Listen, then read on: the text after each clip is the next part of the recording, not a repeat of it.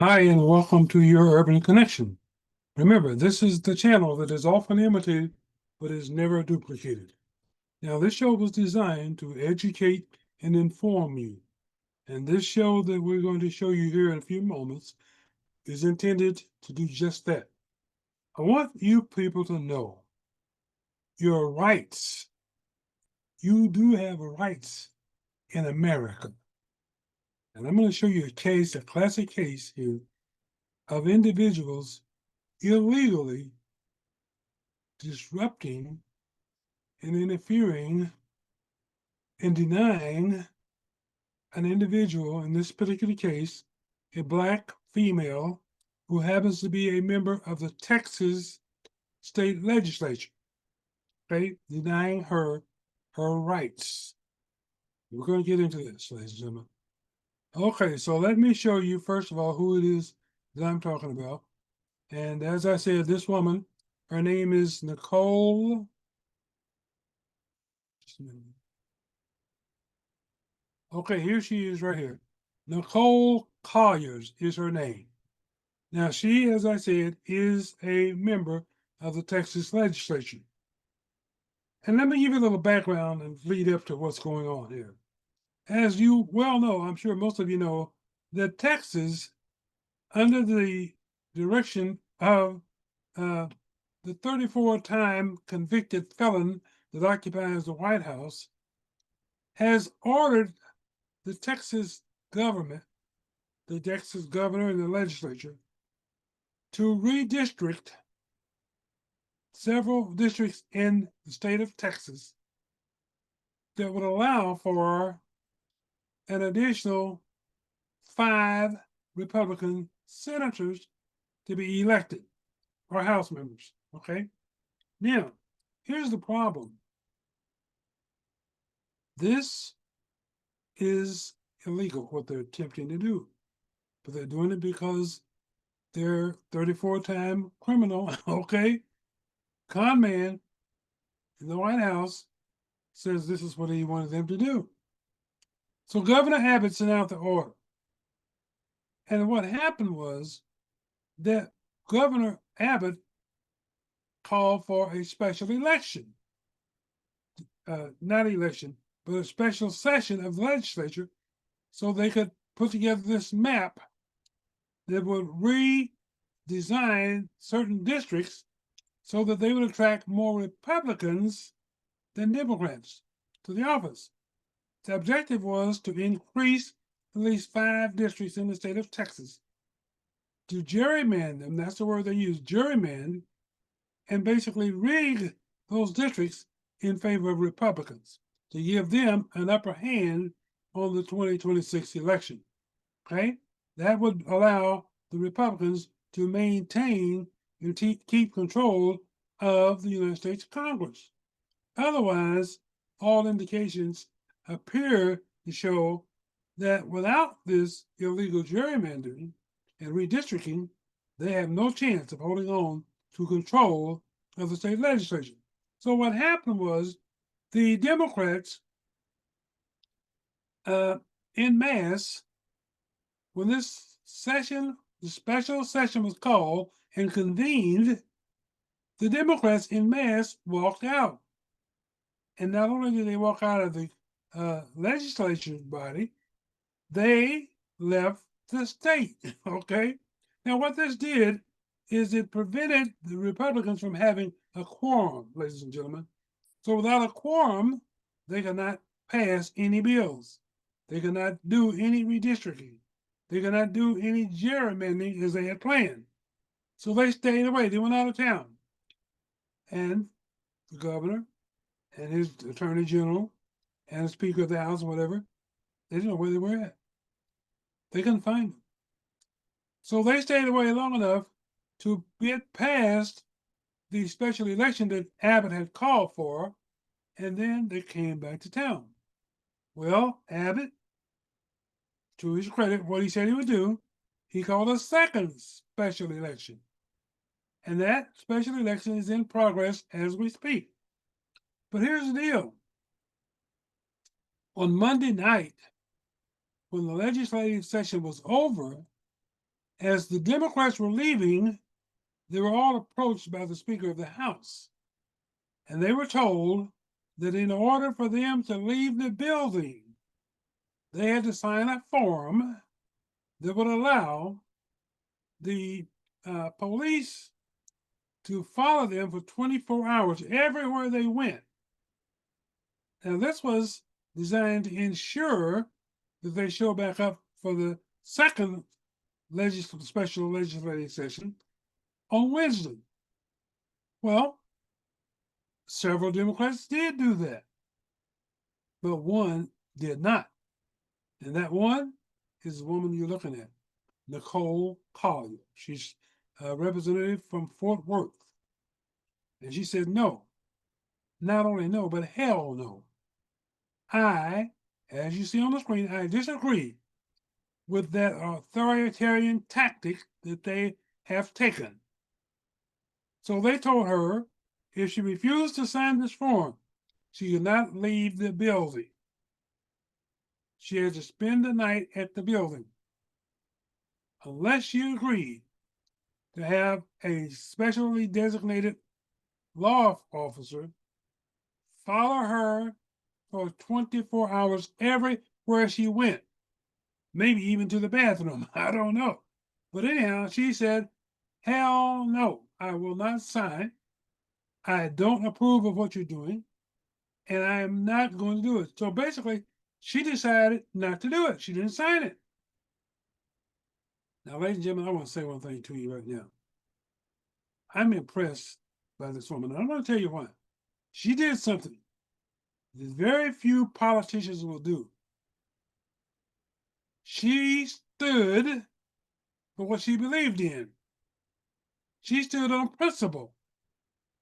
She stood on the fact that you cannot force me to stay here and you don't have any facilities prepared for me to sleep, to rest, to read if I want to read. You don't have that. So basically, what happened was they locked the doors and refused to let her leave. Now, here's what I want to inform you people. She was not under arrest. She had not broken any laws. She had not committed any offense. Now, if you detain someone and deny them their freedom to move, their freedom to move around, their freedom to leave the building, and you don't place them under arrest, that's kidnapping. That is kidnapping. That is legal kidnapping. Now, there's another word for it.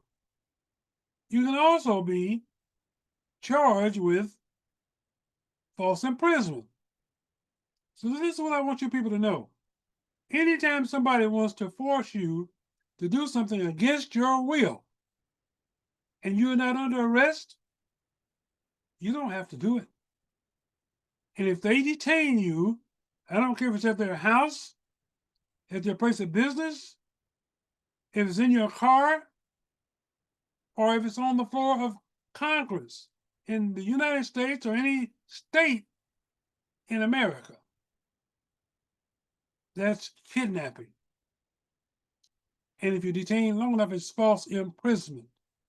So I hope and pray that Ms. Collier, when she does leave that building, whether or not it's tomorrow, next day, or whatever, that first thing she does is contact a good lawyer to represent her and sues the hell out of the state of Texas for kidnapping or false imprisonment.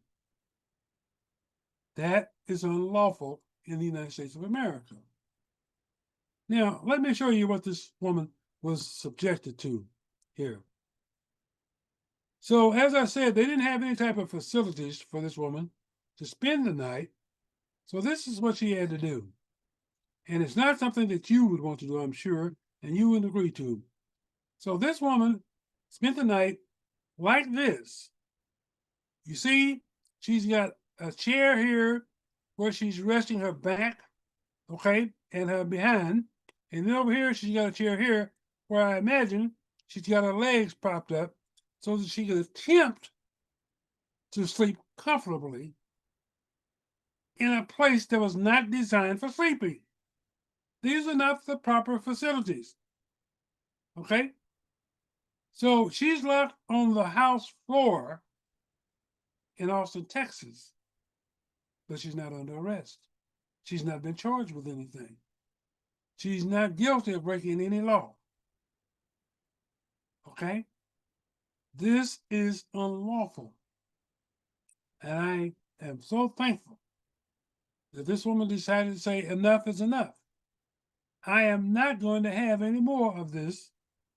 Do as I say, not as I do. Because that's exactly what they're doing. And that is exactly what they think they can extract on women in particular and Black women in reality. Okay? But this, I want to tell you, this to me, and I don't know her, I've never met her, but she, to me, resembles what I would call a strong Black woman. She's standing on principle. She's standing for what's right, and she knows the difference between right and wrong. She's standing up for her constituents because she's refusing to engage in any illegal redistricting or gerrymandering. I have all the praise in the world for her. I wish we had more like her, both male and female. I don't care, Black and white. We need more politicians that have a spine and a backbone instead of a wishbone. We need more people like this who not only occupy a seat at the table, but they represent a voice at the table, a voice for their constituents, a voice for themselves. They're standing up for themselves. They're not going to be pushed around. This woman makes it clear. I would rather spend the night in this congressional office than go along with the bullshit the Governor Abbott and the Texas legislative body, Republicans in particular, are trying to force people into to rig an upcoming election. My hat goes off to Nicole Collier. I wish we had some of this kind of backbone and spine and stand up for something what you believe in the Kansas legislature. Okay? Because if we do, I haven't seen it. I've been looking for it.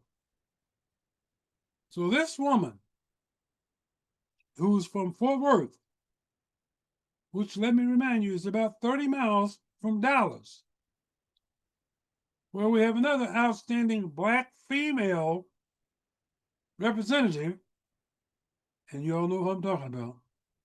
Yes, her last name is Crockett. Okay? They are leading the way in Texas and showing the way for other Democrats. And I would hope all politicians is how you handle disrespectful and sometimes racist state legislators and governors. This is how you do it. Okay? So again, my hats go off to this woman, Nicole Collier. I hope that Nicole Collier has a lawsuit in her future against the state of Texas and the governor of Texas, Greg Abbott, as well as the Speaker of the House, who is the one that was attempting to force her to sign a form that she didn't feel like she wanted to sign, didn't feel like she needed to sign, and didn't feel like she was going to sign and did not sign. Well, you see, they don't like that. They don't like it when you stand up to them, ladies and gentlemen. They like it when you cave, because that's what they're so used to. You think not? Look at Washington, D.C. Look at what you have there. Look at the senators. Look at the congressmen that you have there. who don't stand for a damn thing except to show loyalty to whatever the 34-time criminal, con man, wannabe dictator says and does. Show loyalty to him. To hell with your constituents. To hell with anybody. To hell with your kids. To hell with your education. To hell with your Medicaid. To hell with any of that.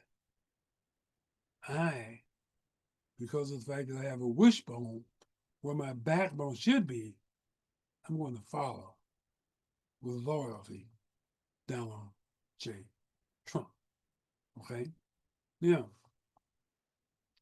I'm going to follow this story, and we're going to find out what and how Ms. Collier proceeds when the session resumes, and I believe that it resumes tomorrow, Wednesday. And I want to follow. Because this woman, as I stated, has not been charged with any crime, is not being investigated for any crime. It is not a crime to refuse to sign a form that you feel is illegal, is outrageous, and is unfair to the representative, the constituents that you represent in Fort Worth and throughout the state of Texas. I would love to see more of this, from this woman. Once again, I want to show you her face. This woman, and remember her name. Her name is Nicole Collier, and she's from Fort Worth. And there she is, bless her soul. Stand tall, stand strong, and I stand with you, Nicole Collier. Okay? So I hope that you people have learned something. Don't let anybody violate your civil rights by detaining you without you being placed under arrest, without you being charged with any crime, without you having not violated any law, and they're going to detain you.